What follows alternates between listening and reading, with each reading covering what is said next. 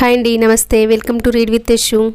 నిన్నటి భాగంలో సతీ రుద్రులను ఆహ్వానించకుండానే దక్షుడు యజ్ఞాన్ని ప్రారంభించాడు. తర్వాత ఏం జరుగుతుందో విందామండి. సూత మహర్షి ఇలా చెప్పసాగారు. మునులారా, అక్కడ అలా అధ్వర క్రియ నడుస్తూ ఉండగా ఇక్కడ హిమవత్ పర్వత ప్రాంత గంధమాదన గిరి మీద దారాగృహం అంటే ఈత కొలనులో చెలికత్తెలతో జలక్రీడాలాడుతూ సతీదేవి రోహిణీ సహితుడై చంద్రుడు దక్షయజ్ఞానికి వెళ్ళటాన్ని చూసి తన ప్రాణసఖి అయిన విజయను పిలిచి ఈ రోహిణీ చంద్రులు ఎక్కడికి వెళ్తున్నారో తెలుసుకోవలసిందిగా ఆజ్ఞాపించింది. వారి ద్వారా దక్షాధ్వర సంభ్రమ వార్తలను విన్న విజయ దుఃఖితురాలై ఆ వార్తను సతికి విన్నవించింది.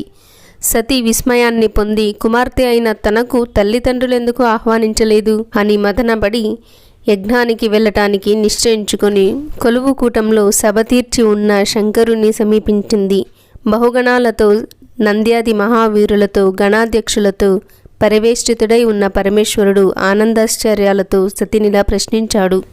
దాక్షాయిని, విస్మయంతో సభా మధ్యలోకి రావడానికి కారణమేంటి చెప్పు. సతీదేవి ఇలా బదులు చెప్పింది. ప్రభు, నా తండ్రి అయిన దక్షుడు గొప్ప యజ్ఞం చేస్తున్నాడని విన్నాను. ఆ యజ్ఞానికి దేవతలు ఋషులు అందరూ భార్యాసహితులై వెళ్ళారని కూడా విన్నాను. వెళ్ళటానికి మీకెందుకు ఇష్టం కాలేదు? మంచి హృదయం కలవారితో కలిసిమెలిసి ఉండటం ప్రీతిదాయకం కదా. కనుక స్వామి, మనమిద్దరం కలిసి వెడదాం. ప్రయాణానికి తగిన ఏర్పాట్లు చేయండి. సర్వజ్ఞుడైన ఈశ్వరుడు సతీవచనాలను విని భవిష్యత్తును ఊహించి అనునయంతో ఇలా అన్నాడు.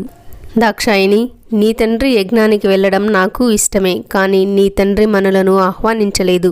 ఎవరైతే అనాహ్వానితులై ఇతరుల గృహానికి వెళతారో వారు మరణ సదృశమైన దుఃఖాన్ని పొందుతారు. ఆహ్వానం లేకుండా వెళితే ఇంద్రుడైనా తేలికవుతాడు. అందుకని నీ తండ్రి యజ్ఞానికి పిలుపు లేకుండా వెళ్ళకూడదు. స్వజన నిందావచనాలచే కలిగేటంతటి దుఃఖం శత్రువు బాణఘాతంచే కూడా కలగదు. నీకు సత్యాన్ని చెప్పాను, తర్వాత నీ ఇష్టం. పుట్టింటి మీద మమకారంతో సతీ శంకరుని హితువును లెక్క చేయక ఇలా అంది. నాదా, మీ సన్నిధానంచే నా తండ్రి యజ్ఞం సఫలమవుతుంది. కుమార్తెనైనా నన్నెందుకు ఆహ్వానించలేదో నా తండ్రి ముఖతః వినాలనుకుంటున్నాను. అక్కడికొచ్చిన దేవతల ఋషుల అభిప్రాయాలను తెలుసుకోవాలని అనుకుంటున్నాను. అయినా పుట్టింటి వారి విషయంలో పిలిచారని పిలవలేదని పట్టింపులేముంటాయి? నే యజ్ఞానికి వెళతాను, అనుమతించండి. సతి మాటలకు సర్వసాక్షి అయిన శంకరుడు సరే అని అనుమతించి మహారాజోపచారాలతో అలంకారాలతో ఛత్రచామరాది వస్త్రాభరణాలతో ఆమెను పుట్టింటికి పంపాడు. నవరత్న స్థగిత సువర్ణాలంకృతమైన నందిని అధిష్ఠించింది సతి. శివాజ్ఞచే కుతూహలాయితులు ప్రీతులు అయిన 60,000 రుద్రగణం ఆమె వెంట నడిచారు. ఆమె ప్రయాణంలో వామదేవగణం శివలీలా విలాసాన్ని గానం చేశారు. ప్రమదగణం ఆడారు. తండువు తాండవ నృత్యాన్ని చేస్తుంటే భృంగి తండువుననుకరించి తను కూడా చేస్తూ మధ్య మధ్యలో చేతకాని వాని వలె పడిపోతూ లేస్తూ అందరికీ నవ్వులు పంచిపెట్టాడు. అందరూ భృంగిని అనుకరించారు. దాంతో నవ్వుల కోలాహలం మిన్నుముట్టింది. అలా మహాశోభాయమానంగా పయనించి పుట్టింటికి చేరుకుంది సర్వమంగళ అయిన జగన్మాత. యజ్ఞం మహాప్రభతో కొనసాగుతున్నది. అందరూ ఉత్సాహభరితులై ఉన్నారు. సతీ తన వాహనమైన నందిని దిగి ఒక్కతే యజ్ఞశాలకు వెళ్ళింది.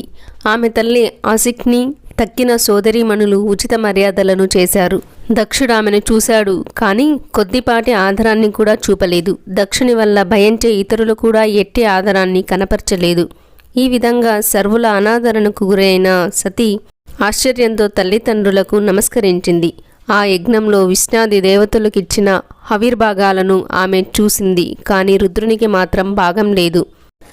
పట్టరాని కోపంతో చూపలతో దహిస్తుందా అన్నట్లుగా దక్షిణి చూసింది. ఇతరులను కూడా అంత తీక్ష్ణంగానూ చూసి తండ్రినిలా నిలదీసింది. తండ్రి, పరమశోభనమూర్తి అయిన శంకరుని నీవెందుకు ఆహ్వానించలేదు?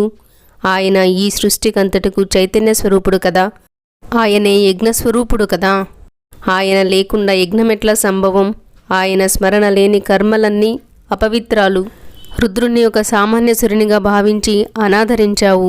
ఇక్కడి వారందరికీ అధికార స్థానాలనిచ్చింది ఆయనే కదా. అట్టి శివుణ్ణి తెలుసుకోలేకుండా ఉన్నావు. నీ బుద్ధి భ్రష్టమైంది. శంభుడు లేని యజ్ఞానికి ఈ దేవతలు ఋషులు ఎలా వచ్చారు? తండ్రినిలా మందలించి సతీ విష్ణువుని ఉద్దేశించి క్రోధంతో ఓ హరి, సగుణ నిర్గుణ రూపుడైన రుద్రుని నీ వెరగవా? నీవు వరాహాది అవతారాలను ఎత్తడానికి కారణం ఆయనే కదా. అయినా నీకు జ్ఞానోదయం కాలేదు. రుద్రుడు లేకుండా తగుదనమ్మా అని యజ్ఞభాగానికి ఎలా వచ్చావు అని ఎత్తిపొడిచింది. అట్టి కోపంతోనే బ్రహ్మనుద్దేశించి, ఓ పితామహ, 5 ముఖాలు గల నువ్వు రుద్రుని ఎదుట గర్వాన్ని చూపగా ఆయన నిన్ను చతుర్ముఖినిగా చేశాడు కదా అని నిలదీసింది. ఓ ఇంద్ర, మహాదేవుని పరాక్రమం నీవెరగవా? హరునిచే నీ వజ్రం భస్మం చేయబడింది కదా అని ప్రశ్నించింది. ఓ అత్రి వశిష్ఠాది మునులారా, పూర్వం దారుకావనంలో రుద్రుడు భిక్షాటన చేసినప్పుడు మునులు శపించగా ఆయన లింగ రూపంలో జగత్తునంతా దహించాడు గదా అని బుద్ధి చెప్పింది. ఈ విధంగా జగన్మాత అయిన సతీదేవి కోపంతో ప్రశ్నించగా అక్కడి వారంతా భయాన్వితులై మిన్నకుండిపోయారు. దక్షుడు కలగజేసుకుని ఇలా అన్నాడు. ఓ సతీ, నువ్వు అధిక ప్రసంగం చేస్తున్నావు. నీకిక్కడ ఏం పనుందని పిలవకుండానే వచ్చావు. నీ భర్త అమంగళుడు, వేదబహిష్కృతుడు, అందువలనే ఆహ్వానించలేదు. మరి కాళ్ళు కడిగి కన్యాదానం చేశావు కదా అంటావేమో. దానికి బ్రహ్మవాక్కు కారణం. కన్న కూతురవు కనుక ఒక్క మాట చెబుతున్నాను విను. ఎలాగా వచ్చావు కనుక యజ్ఞం పరిసమాప్తి అయ్యేటంత వరకు ఉండి వెళ్ళు. ఇక మారు మాట్లాడకు. తండ్రి పలుకులకు కిన్నురాలైన సతీ భర్త వద్దని వారించిన వచ్చిన తన అవివేకానికి తనను తానే నిందించుకొని తిరిగి భర్తకు తన ముఖాన్నెలా చూపాలా అనే ఆత్మన్యూనతా భావంతో కోపంతో మహాభుజంగం బుసలు కొడుతున్నట్లుగా నిట్టూర్పులు విడుస్తూ ఇలా అంది. ఎవడు మహాదేవుని నిందిస్తాడో, ఎవడు నిందను వింటాడో వారిద్దరూ శాశ్వత నరకంలో ఉంటారు. కనుక ఈ దేహాన్ని అగ్నిపరిత్యాగం చేస్తాను. నా ప్రభువును గూర్చి నిందావచనాలను విన్నా నాకీ దేహంతో పని లేదు. శక్తుడైన వాడు శంభును నిందించిన వాని నాలుకను కోసేయాలి, లేదా బుద్ధివంతుడైతే చెవులు మూసుకొని నిష్క్రమించాలి. నేనీ రెండూ చేయలేని అశక్తురాలనయ్యాను అని ఈ విధంగా చింతించి అక్కడున్న వారిని ఉద్దేశించి ఇలా ధర్మాన్ని బోధించింది సతి. తండ్రి, సకల ప్రాణుల యందు సమభావం గల శంభునిపై నువ్వు తప్ప మరెవరు కక్ష కడతారు? నీ వంటివాడు శివనింద చేయటం శోభావహం కాదు, క్షమార్హం కాదు. మానవుడు శివ అను 2 అక్షరాలను ఉచ్చరిస్తే చాలు ముక్తుడవుతాడని జ్ఞానుల మాట. అట్టి శంకరుని నిందించావు. ఆర్తులకు ఆధారంతో వరాలనిచ్చేవాడు శంభుడు. వేదం ప్రవృత్తి నివృత్తి మార్గం చేత కర్మ 2 విధాలని అంటున్నది. 2 పరస్పర విరుద్ధాలు. ఒకే వ్యక్తి రెండింటినీ ఏకకాలంలో అనుష్ఠించలేడు. శివుని విషయంలో ఆ 2 కర్మల సంబంధం లేదు. వృషభధ్వజుడు దాక్షాయిని అని నన్ను ప్రేమతో పిలుస్తాడు.